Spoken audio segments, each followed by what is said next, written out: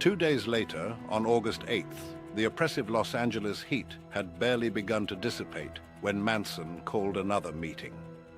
Susan Atkins, nicknamed Sadie, had spent the afternoon washing the group's dark clothing, a detail that would later prove significant to investigators. Linda Kasabian, the newest member of the group, was nursing her infant daughter. Patricia Krenwinkel was preparing dinner with other family members when Manson summoned her. Charles Tex Watson was working on the ranch's vehicles.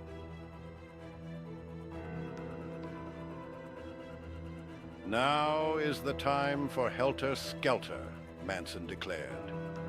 He provided specific instructions. They were to go to that house where Melcher used to live, take money and valuable objects, and leave a sign.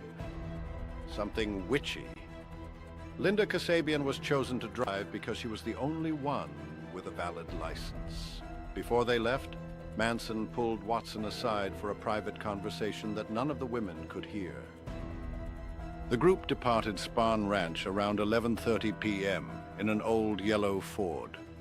They stopped at a gas station to buy cigarettes, and Susan Atkins would later recall feeling electric with anticipation.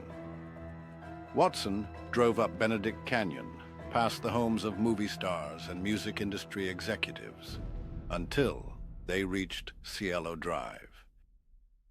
The events at 10,050 Cielo Drive unfolded with horrifying precision.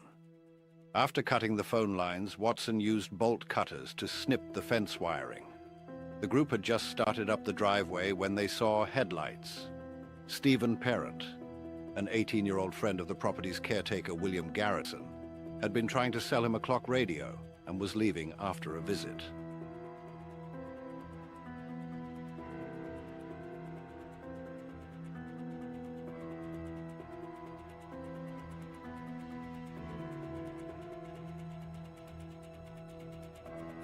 The killers then approached the main house.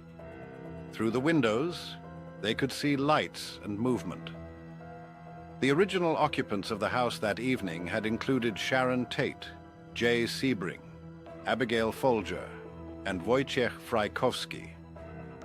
They had spent the evening having a quiet dinner at El Coyote restaurant before returning home.